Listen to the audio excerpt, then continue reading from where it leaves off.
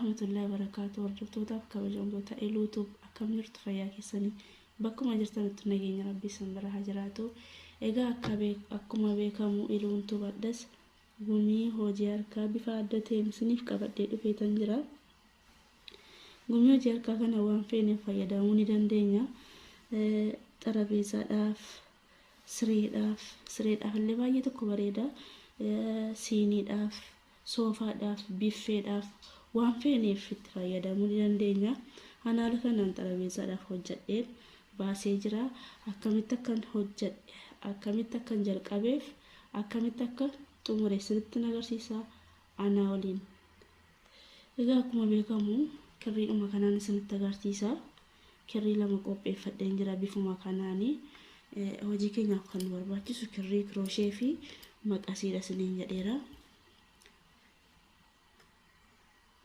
Hojii keenya jalqabuudhaaf jalqaba sansalataan hin jalqaba. Yeroo baay'ee sansalataan fayyadama. Sinquba keessanittis marachuu ni dandeessu isiniin jedheera. Sansalata 5 nu barbaachisaa jechaadha. 1 2 3 4 5. Erga bifa kanaan 5 hojjetannee finnee isii jalqaba keenyatti akkas qabsiifanna. Sana booda akkas godhanna jechaadha. Bifa kanaan nu baatee jirti. Amma isii kana uummachuudhaaf jalqaba isii kana godhachuudhaaf 1 2 3 sansalata 3 ol dhaanne kun akka dabal kirooshee tokkotti nu fayyada jechaadha. Kana keessa gaddeeffannee bifa kanaan 2 nuuf ta'eera.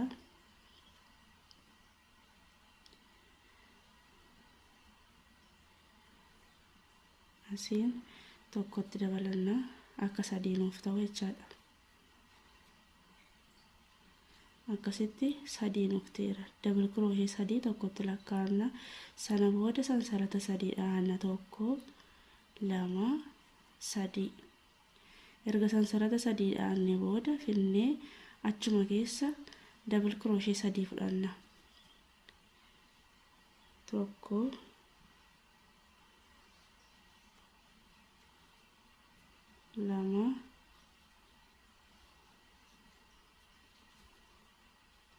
3. Erga bifa kanaan dhaanne jalqaba isa kanaati jechaadha. Jalqaba kana jechaadha. Amma erga 3 akkasitti dhaanne naanneeffannaa. Erga naanneeffannee sansalata 3 dhaanna 1 2 3. Kun ammas akkuma dabal kirooshee tokkotti nu fayyada. Finnee as keessa tokko baafannaa. Ammallee kan itti aanu keessa 2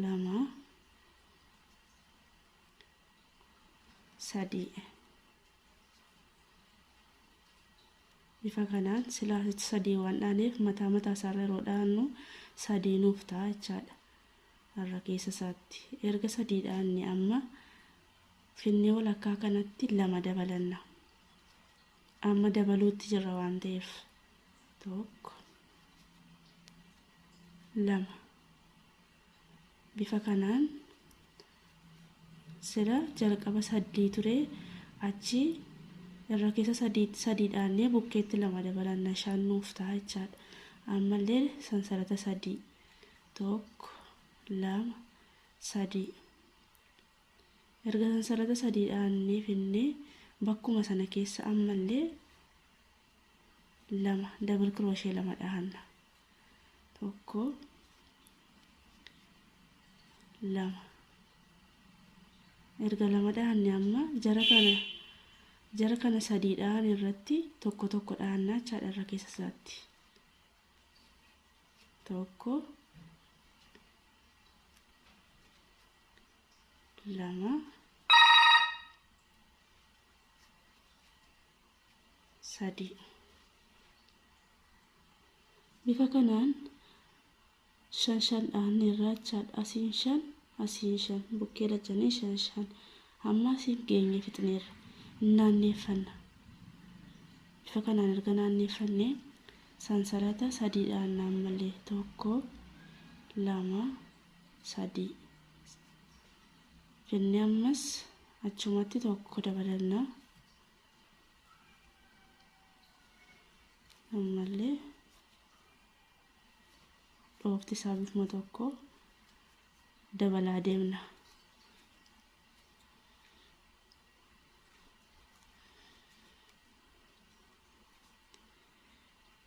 Asirratti amma shan dhahan irratti shan dhahanneerra. Bakka kanatti dabalanna. Double crochet lama dabalanna jechaadha bukkeedhaan. Walakkaa kanaan double crochet lama dabalanna. Asirratti kana walakkaatti sadii dabalachuu hin dandeessu. Ani amma fakkeenyaaf asirratti sadii dabalaa ture. Walakkaa kanarratti sadii kan dabalaa ture jechaadha. Kanaaf akkas bal'achuu danda'e. Amma kanarratti kan nama dhaaru kanarratti muddee akka kana bal'isuu hin barbaanne. Kanaaf walakkaa kana jalqaba asirratti sadii walakkaa kanan dabalaa ture. Bukkee lachanii sadii 6 dabalaa ture jechaadha. Amma immoo kanarratti lama dabala. Isiniif galadhee yaada. Kanarratti lama dabala jechaadha. Ergan dabalee amma siin tokko lama dabaleera. Sansalata sadiin haadha 1 2 3 sana booda achuma keessa ammas double crochet lama dabaladha. Bifa kanaan ergan lama dabaladhee amma sila shanin dhaadhe irratti tokko dhaadha jechaadha.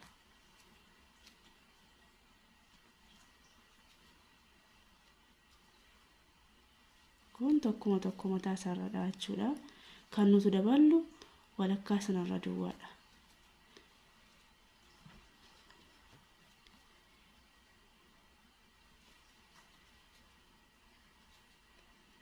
Bifa kanaan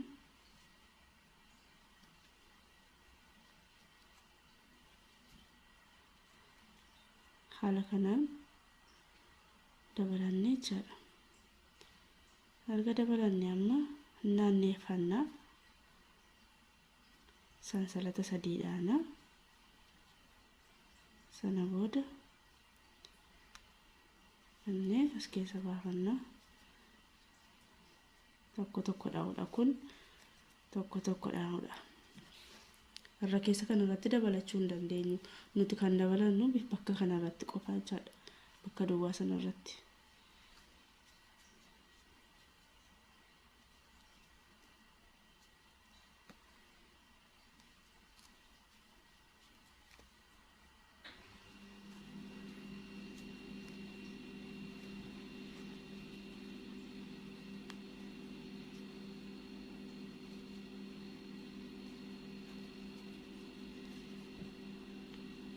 Asirratti dabalanna.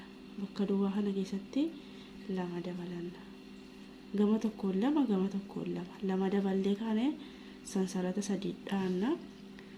Sansalata sadii dhaanee kaane ammas gama taanuun lama dabalanna.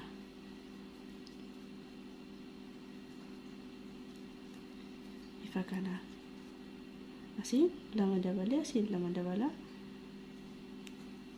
Kan tokko irratti dhaachaadha. Egaa akkasitti dhaannee dhoofti isaa bifuma tokko waan ta'eef namni jalqaba isaarraa hubate dhuma isaa hin baraachaadha. Finnee ammas bakkuma kana qofa wanti nu dabalannu hidhisuu wayii hir'isuu hin qabu. Walakkuma kana qofa dabalachuudha jechaadha. Lama sadii sansalata sadiidhaan ammas walakkuma bakkuma sanatti sansalataan adda baafannaa jechaadha. Lama daballee bifa kanaan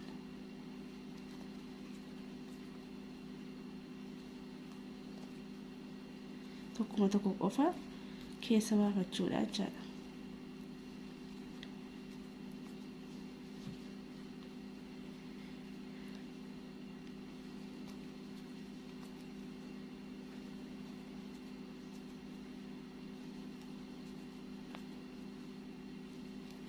boolla tokko keessa double crochet tokko kun akka kaanitti nu jalaa golbatu.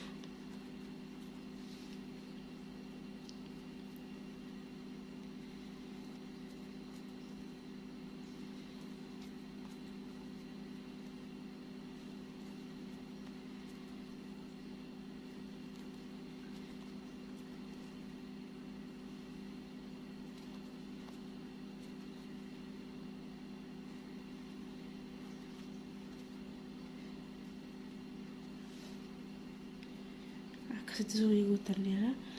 Ammas deebisnee akkas naanneeffannaa. Yeroo zurii guutannu naanneeffannaa erga naanneeffannee sansalata sadii dhaanna.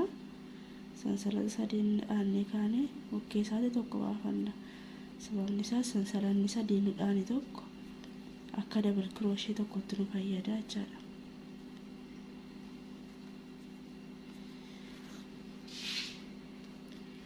Bifa kanaan dhaannee guddifannaa.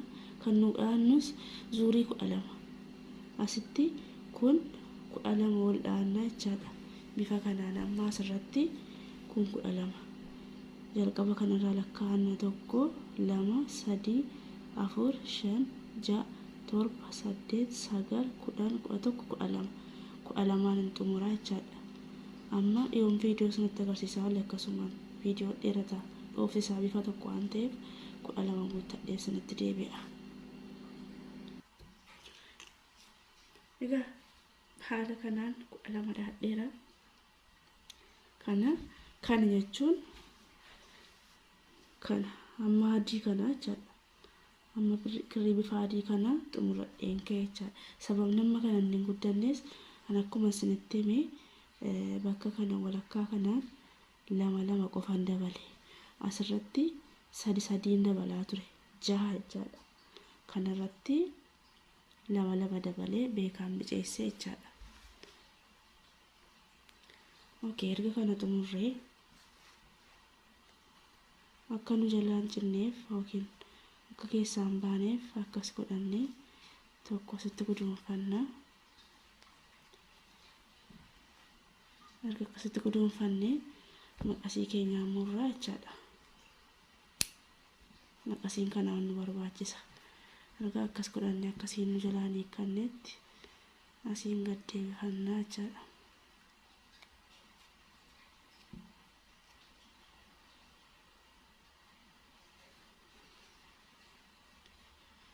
Bifa kanaan akkas godhannee amma kirrii bifa kanaatti dabalanna. Kana kan nuti dhaanu kana jechaadha. Bukkee kanaaf habaaboo haaraa tokko bukkee kana dizaayinii kana itti baafannaa jechaadha.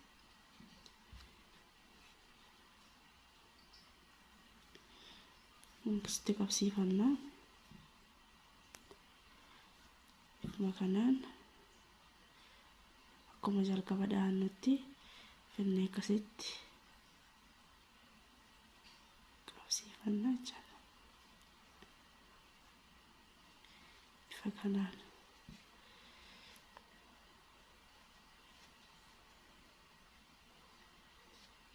sii kanal tokko keessatti lafannee kaanee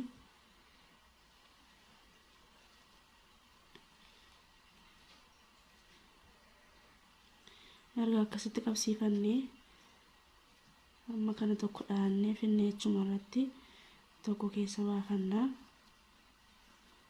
Amma kan nuti deemaa jirru kana dhahachuudhaaf jechaadha. Dizaayinii kana dhahachuudhaaf tokko akkasitti dhaannee sansalata tokko dhaannaa.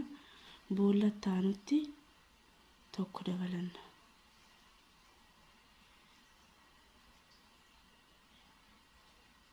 Kanaan sii kana booda murachuu hin dandeenya, hiikkachuu hin danda'u jechaadha. Erga akkas goone amma sansalata 4 dhaanna. 1 2 3 4. Erga 4 dhaannee as keessa 1 2 boolla nuti qabdi. Bakki isii hin beekamti waan ta'eef 1 2 3 afur dabarfannee shanaffaatti dhaanna.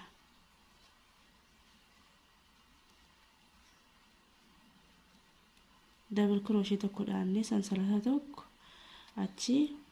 achumatti deebisnee double crochet tokko.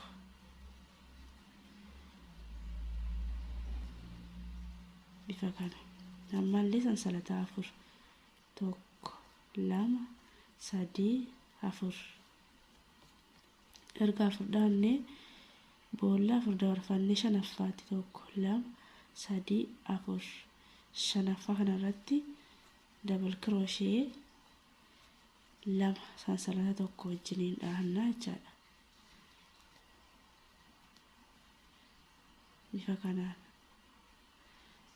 tokko lama sadii afur. Erga afur dhaannee ammas tokko lama sadii afur shanaffaa bakka kanatti double crochet lama dhaanna. Double crochet lama dhaannu gidduutti sansalata tokko qofa dhaannaa jechaadha. Bifa kanaan tokko lama sadii afur.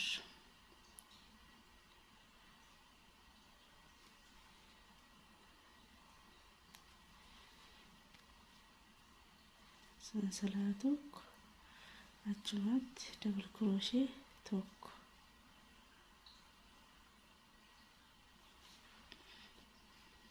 Amma erga akkas godhannee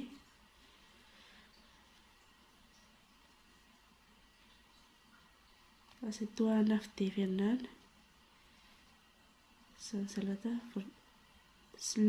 sadii dhaannee finnee kana keessa double crochet tokko dhaanna jechaadha. Bakka kanatti gatiyaan lama dabaleennaan lama qofannoo haftii. Kanaaf sansalata sadii dhaannee hojii keenya bifa kanaatti fufannaa jechaadha. Amma as keessa tokko dhaeera boolla kana keessa double crochet lama dhaanna. Ababaa haaraan uummataa irraa jechaadha kanarratti.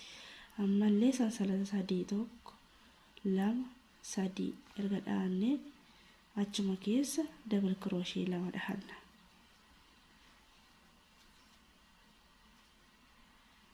Ammas keessa tokko dhaanna.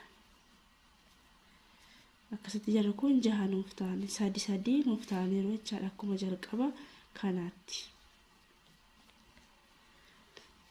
Amma tokko lama sadii afur sansalata afur erga dhaannee boolla tokko lama sadii afur dabarfannee shanaffaarra dhaannaa jechaadha. Bifuma kanaan asirratti dhaannee walitti deebina. Egaa akkasitti zuurii guuttanneerra. Amma lakkoofsi keenya jalqabaa kaasee hanga dhumaatti qixxee waan ta'eennaan asiin tokko lama sadii afur shan dhaanneerra. Asiin illee tokko lama sadii afur shan. Jahaffaan asitti ababaa uummannaa jechaadha. Jalqabaa kaasee lakkoofsi keenya qixxee waan ta'eef asirratti illee qixxee nuuf deemaa jechaadha. Amma zuurii lammataa irratti akkam goona naanneeffannaa sansalata sadii dhaannaa tokko lama sadii. Erga sadii dhaannee amma as keessa double crochet lama dhaannee turre afur dhaannaa jechaadha. Tokko lama erga lama dhaannee sansalata sadii dhaanna tokko lama sadii. Crochet keenya irra dhalafne achuma keessa bakkuma double crochet lama dhaannee deebisnee lama dhaannaa jechaadha. Ammallee double crochet lama dhaannaa jechaadha.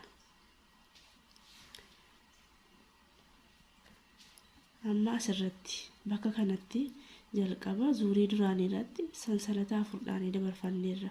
Amma zuurii lammataa irratti sansalata dhaanuu deebisnee sababni isaas akka kana akka nuuf ta'uuf. Amma asirratti sansalanni akka dhaame hin beekamu jechaadha. Kana crochet keenya irratti akkas goonee hin xalafiin duwwaa crochet keenyaa finnee as jalaan galfannee harkifna. Akkasitti ajjeefna. Ammallee tokko akkas godhanna. Bifa kanaan sansalata sila dhaanne duuchannee akkas nuuf ta'a jechaadha bifa kanatti.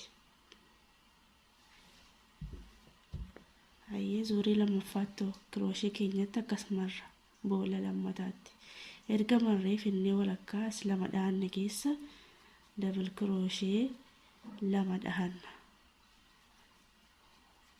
Lama akkasitti erga dhaannee sansalata sadii dhahanna tokko lama sadii. Amma finnee kirooshee keenya xalafnee achuma keessa double kirooshee lama dhahanna jechaadha. Bifa kana nuuf ta'a. Ammas deebisnee kirooshee keenyatti akkasuma roodhisnee duwwaa kirooshee keenya goonee achumatti nuuf gabaabbataa jechaadha. Akkasitti gadajjeefnee jirra. Lama erga dhaannee kirooshee keenyatti marannaa sansalata san dhaanuu kirooshee keenya qofatti marannaa erga marree finnee lama dhaanne kana keessa double kirooshee lama baafanna tokko lama.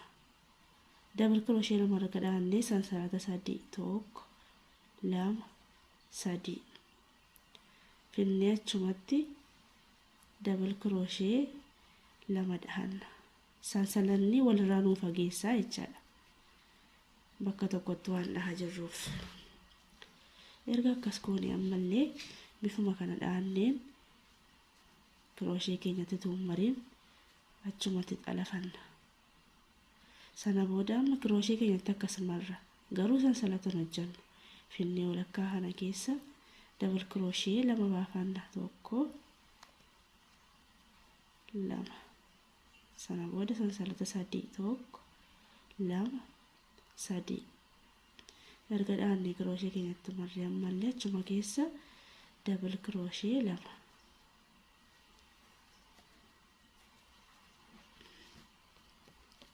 Erga lama dhaannee ammas kirooshee keenya maruu dhiisnee sansalata keenya dhokfanna jechaadha. Finnee tokko lama sansalata sadii double crochet lama boolluma sana keessatti erga dhaannee finnee ammas kirooshee keenyatti tuummariin yeroo lama guggudoonfanna. Ammas itti abaaboo haaraa waan uumaarruuf bakka sila sadii dhaanne irra keessa isaatti ammallee sadii dhaanna jechaadha. Tokko lama sadii. Sadii irratti saduma dhaanneerra bakka sansalata sadii dhaanne walakkaa kanatti lama dabalannaa double crochet lama akkuma jalqaba dhaataa turre akkuma kana dhaannetti jechaadha. Sana booda sansalata sadii tokko lama sadii. Erga sansalata sadii dhaanne ammas boolluma sana keessa double crochet lama. Double crochet lama boolla sana keessa dhaataa nuu dabalaara jechaadha. Ammallee sadii dhaanne irratti sadii dhaanna. Irra keessuma isaatti dhaana jechaadha isa. Bifa kanaan abaaboo haaraa nuuf uumaa jechaadha. Kun akkasa kanaatti nuuf ta'aa jechaadha. Akkasitti amma zuurii guuteera. Gama tokko waan isinitti agarsiiseef gama lammataa irratti amma erga zuurii guunnee akkas naanneeffannaa hojii keenya akkuma jalqabaa sansalata sadii dhahanna. Ammallee sansalanni sadii kun hanga dhumatti nu duuka deemti. Amma kana double crochet lama dhaanee sansalata lama dhaanee kaanee double crochet lama dhaanee zuurii erga guuttannee amma immoo finnee akka jalqaba kanaatti sansalata sadii erga dhaannee double crochet lama dhaana tokko double crochet lamaaf sansalata tokko. Asirratti amma sansalata afur dhaana tokko lama sadii afur. Erga afur dhaannee sansalata finnee bakka kana double crochet lama dhahanna sansalata tokko wajjin tokko lama sadii afur ammallee finnee asuma keessa sansalata tokko double crochet tokko bifa kanaan ufta ammallee tokko lama sadii afur double crochet lama sansalata tokko wajjin booluma tokko keessatti dhahanna jechaadha tokko lama sadii afur ammas irra keessuma kanatti double crochet lama sansalata tokko lama sadii afur asirratti amma bakka abaabaa gatti keenyeef finnee as keessa dhahanna jechaadha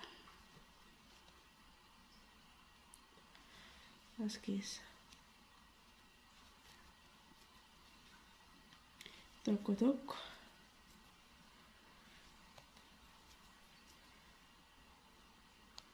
boolla tokko keessa tokkuma tokko dhahanna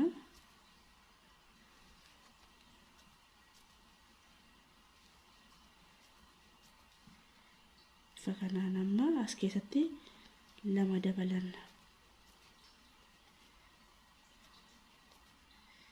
erga lama dabalannee sansalata sadii tokko lama sadii achuma keessa ammas lama dhahannee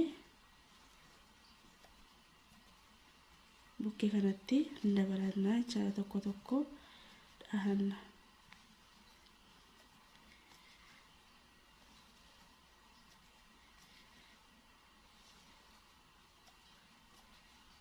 kanarra tokkuma tokko dhahanna kan nuti baay'ifataa jirru walakkaarra dabalanneeti jechaadha bifa kanaan ammas sansalata afur tokko lama sadii afur finne kana keessa double crochet lama sansalata tokko waliin tokko lama sadii afur ammallee double crochet lama sansalata tokko waliin bifa kanaan akkasitti erga zuurii guunnee finnee ammallee hojii keenya numa naanneeffannaa kana booda hojiin keenya bifuma tokko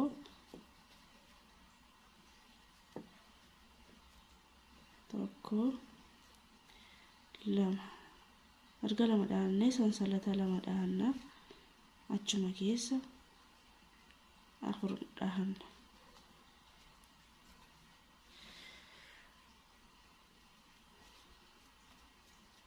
erga akkas godhannee crochet keenyatti tuumariin amma sansalata keenyarra lama akkas goone ajjeefna jechaadha akka nu gabaabbatutti finnee amma crochet keenyarra xalafannee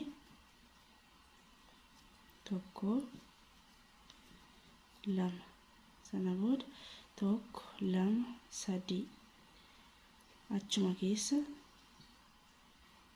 tokko lama crochet keenyarra tuumariin lama gad ajjeefnee godhanna jechaadha ammallee crochet keenyarra deebisnee marree finnee kana keessa double crochet lama sansalata sadii achuma keessa double crochet lama ammallee crochet keenyarra tuumariin akkasumaan finnee as keessa sansalata keenyarra yeroo lama baafanna amma crochet keenyarra marree kana keessa deebisnee double crochet lama dhahanna jechaadha sana booda sansalata sadii finnee achuma keessa double crochet lama bifa kanaan amma sansalata keenyarra lama dhahanna kiroshii keenya ramallee tokko lama sana booda sansalata sadii achuma keessa deebisnee double crochet lama amma sansalata keenya irra deemna fakana amma bakka habaaboo lammataa irra geenye jirra crochet keenya irra marree asirraa jalqabnee tokko tokko irra dhahannaa jechaadha.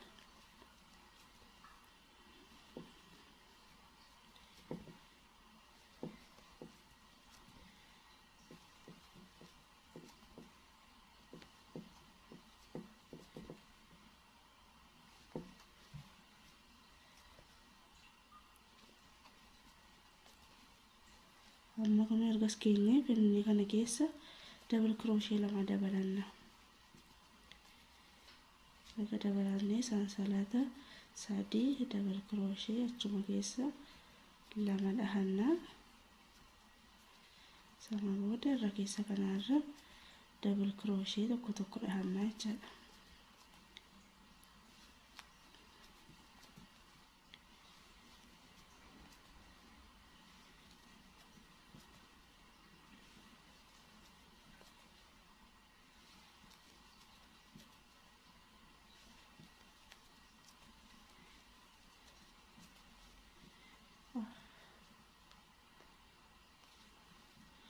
Gadhaane kun bifa munduraatiin bifti hojii keenyaa tokkuma waan ta'eef dizaayiniin kana walitti dabalamu hin jiru.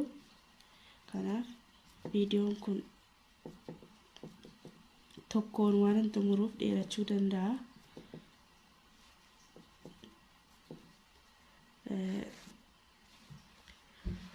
Kun akkuma jalqaba sana 12 asii ol zuurii 12 nu barbaachisa waan ta'eef guddisnee walitti deebinaa jechaadha. Egaa hordoftoota koo hanga asitti abaaboo lammaffaa baafannee jirra. An kanarratti xarabeezaadhaaf abaaboo 3 waan ta'eef kana soofaadhaaf waan ta'eef abaaboo lamaan hin xumura jechaadha. Akkaataan hojii isaa isiniif gala abdadha.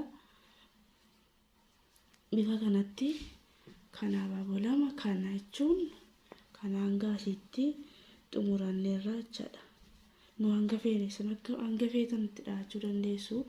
Kana soofaadhaaf waan ta'eef abaaboo lamaan hin xumuruu barbaade. Amma erga kana godhannee kan nu hafu kana akkamitti akka itti baafannu isinitti agarsiisa. Kun kophaa isaatti itti baafatama waan ta'eef haala kamiin akka itti baafannu isinitti agarsiisa jechaadha. Viidiyoon kun akka inni dheerate nan beeka. Akkasitti erga xumurannee kirrii adiidhaan asii dhaheen isinitti agarsiisa. Abaaboo tokkotti baasee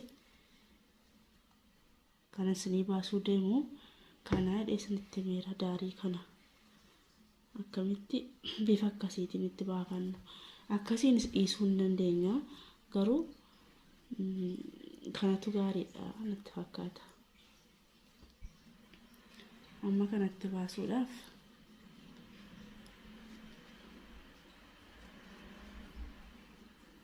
akkuma jalqabaatti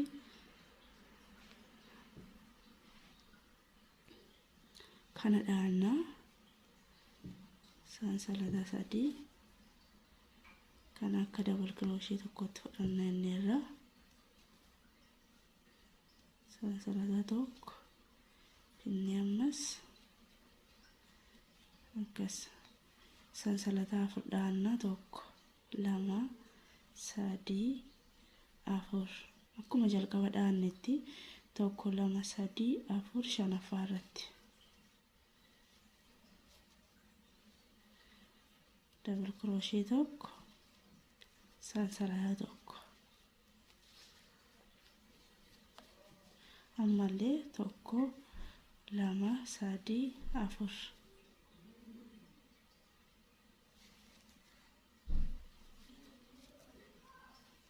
sansalata tokko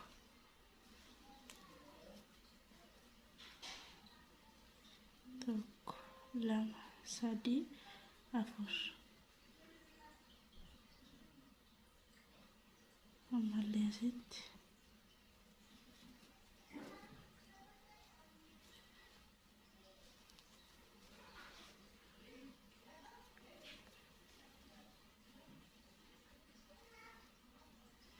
tokko lama sadii afur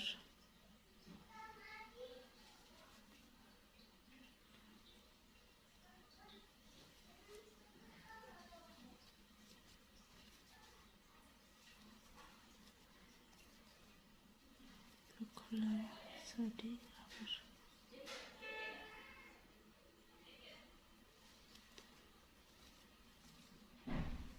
as keessa akkuma jalqabaatti double crochet lama dhahanna sadii nuuf ta'u jechaadha tokko lama sadii finni ammallee double crochet lama akkuma yeroo abaaboo haaraa dhahataa jirrutti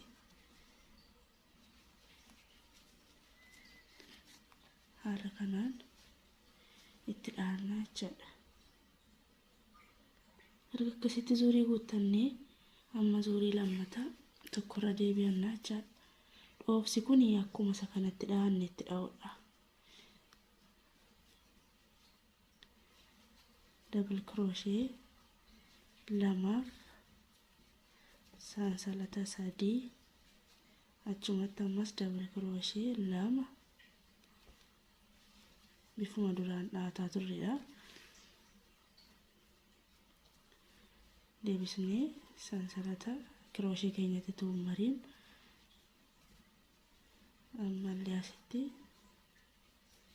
double crochet lama sansalata sadii double crochet lama achumatti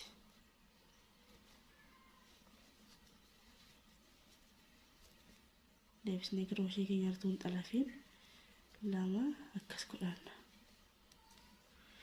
Bifa kana akkuma isa kana sanatti agarsiisetti jechaadha. Egaa haala kanaan itti dhahannee jira. Haala kanaan baay'ee tokko bareedaa itti dhahannee jira. Asiinis kara lachanuutiin iyyuu dhahanna. An viidiyoon waan baay'ee dheerateef amma asitti sanatti agarsiisa. Bifuma kana dhahanneen deebisnee asiin itti dhahannaa jechaadha. Dhoofsi isaa isuma kanaan tokkuma. Kanaaf amma kan inni sanatti agarsiisu haala kamiin kanatti baafanna.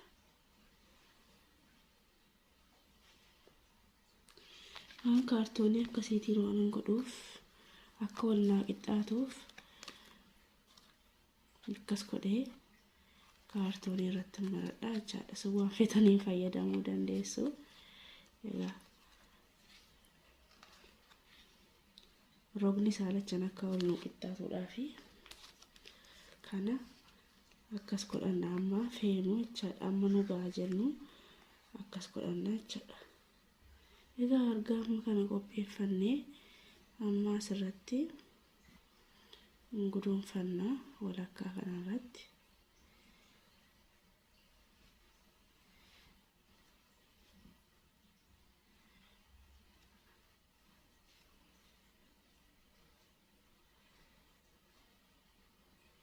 Akkas guduunfanna. Sana booda finni as keessa akkas godhanna jechaadha. Crochet keenyaan harkifanna bifa kanaan.